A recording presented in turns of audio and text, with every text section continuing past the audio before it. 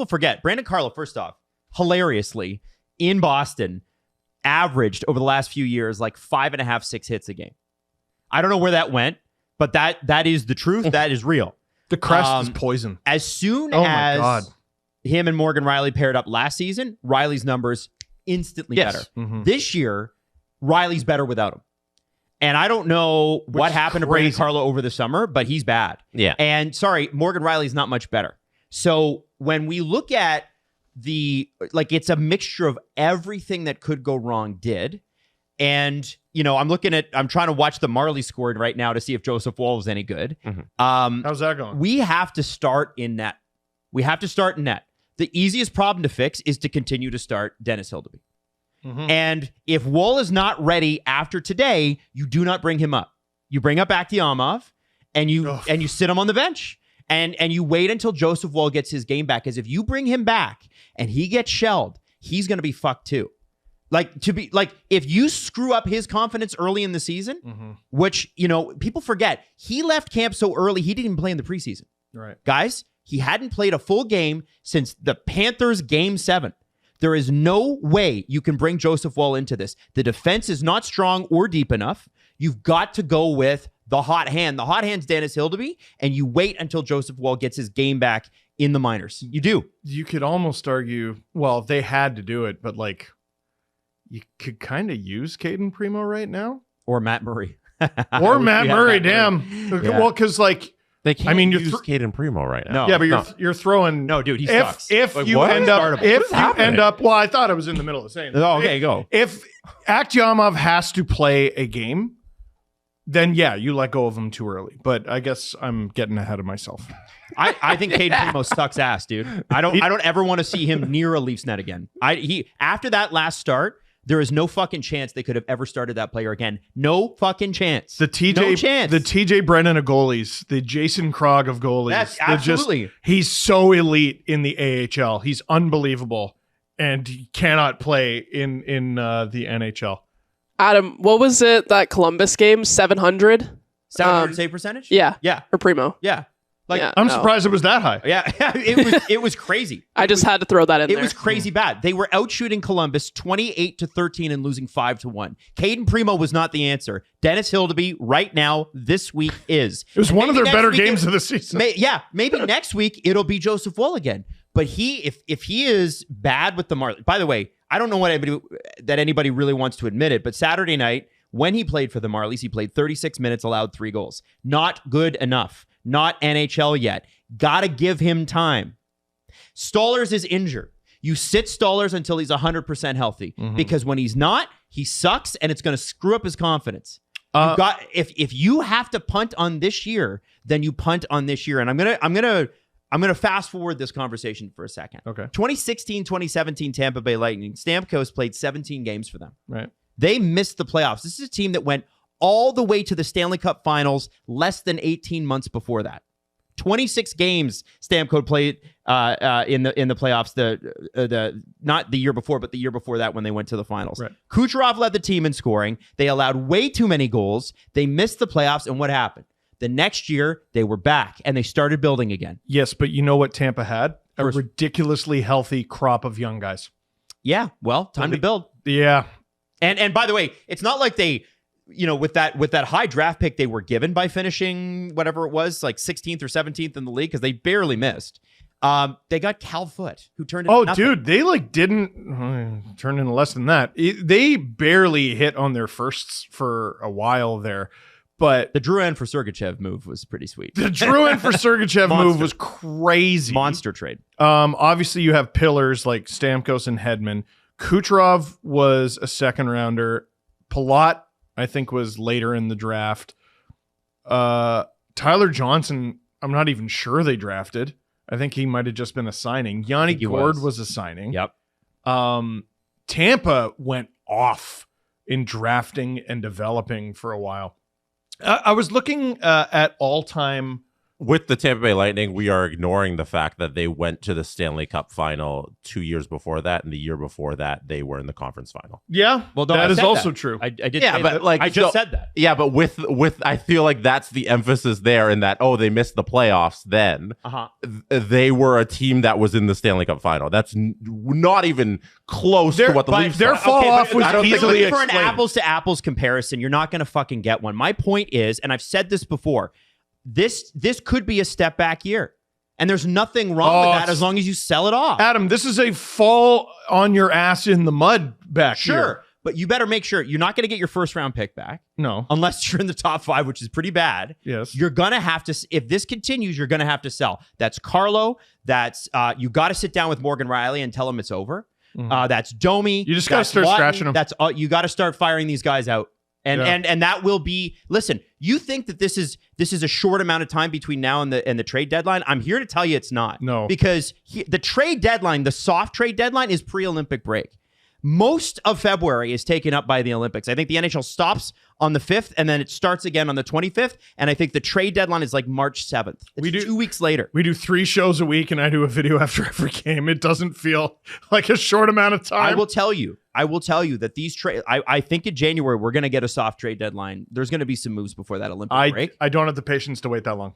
You don't have a choice because no one's making trades right now. No one. Incorrect. People make trades in November all the time. Never ones that change any, other than the Avalanche last year when they replaced both goalies. And the Avalanche a few years before that when they did the Matt Duchene thing. And follow the leader.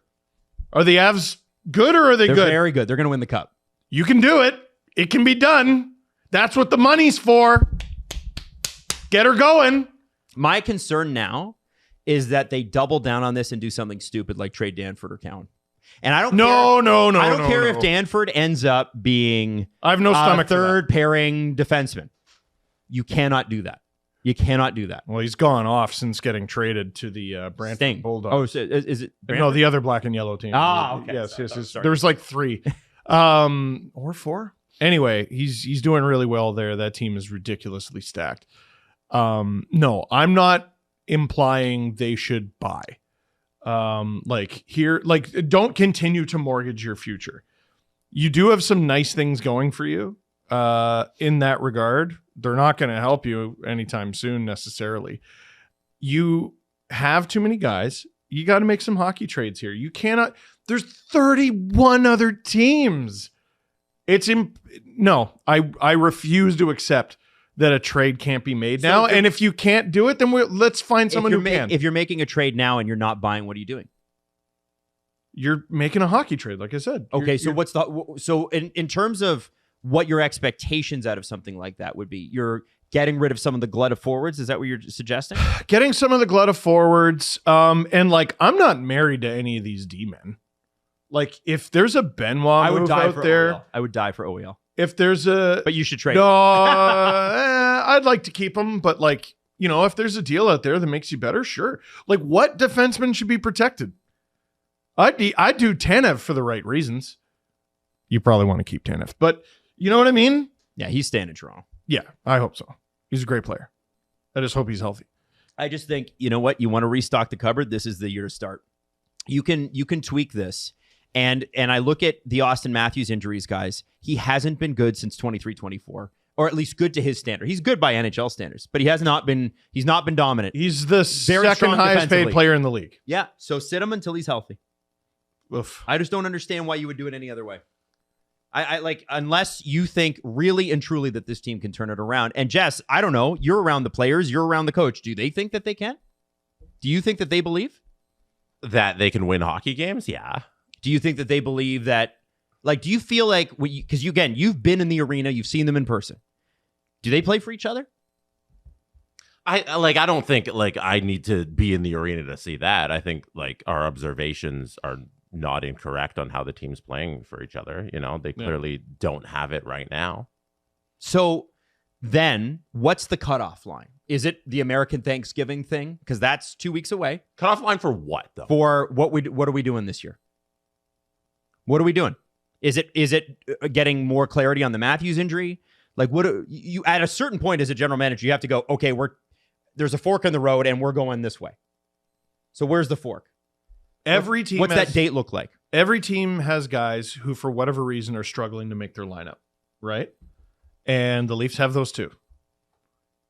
Can you trade for a guy who's a better fit for your team than their current team? And in the process, maybe you give the other team a guy who it's a better opportunity for them. This is what I'm saying. Like, this isn't, it's way too early for me to look at this season like, just pull the chute. You know, like I've done seasons where they've been bad and I've had fun with it and was able to laugh through the pain. I'm not there yet. They're 500. It's mid-November. I think we're still in problem-solving mode here. So what are the problems and how do we solve them? I think it's the good news, if you're into problem solving, is there's so many problems. And I think you just go about solving them one at a time.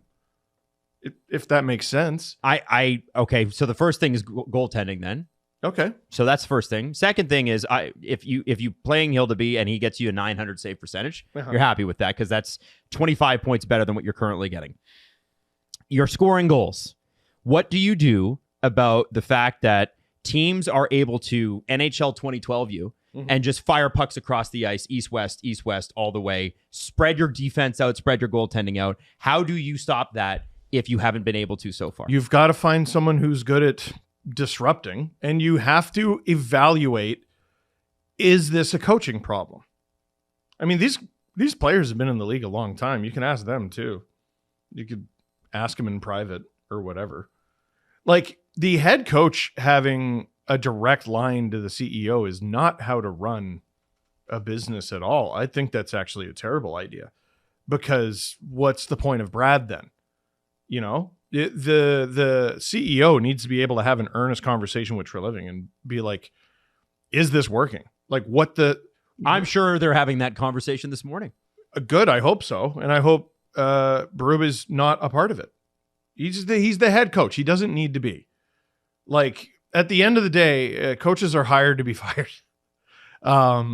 So it is what it is. I never would have imagined they'd be in this position, but here we are, and it's clearly not working. They do not play for the guy. You know, Pete DeBoer has his problems. Every coach in the NHL has their problems, but you got a great, successful coach like that available. You have to look at it. Someone else is going to scoop him up, and then you're left with what? Jesse, would you do that? Would you look at Pete DeBoer right now? No, I don't think the coach is the problem. I think it's the players on the ice, and that would fall on Treliving for building the roster that's not compatible with the way hockey's going right now. Because I see like teams like the Ducks, and I see the Avalanche play like last night, and they're running up and down. You watch any team that plays the Leafs, they're getting so many rush chances, and there's so much speed in there, and I don't think they have the guys to compete with that. And play a style of hockey that's going to be successful right now. And I don't think that's on the coach. And I don't think you give these guys a fourth head coach. Can I offer a hot take? It's always the player's fault. Yes. It's, when a coach is fired, I think it's rarely fair. Like, when Sheldon Keefe was let go by the Leafs, I was struck by how much I was like, man, he really understands what their problem is. Like, it's bugging me that he understands how much their problem is. And then he went to the Devils, and I'm like, damn, that's a good fit. And then he goes to the Devils, and it's a good fit. Like, there's 32 teams. There's 32 head coaching jobs. And I think very few of them are bad at their jobs. It's always the players. But this team made the decision for years and years and years, we're not going to fundamentally change those players. We're not going to do it. So, again, do you like the monster that you have created, Dr. Frankenstein?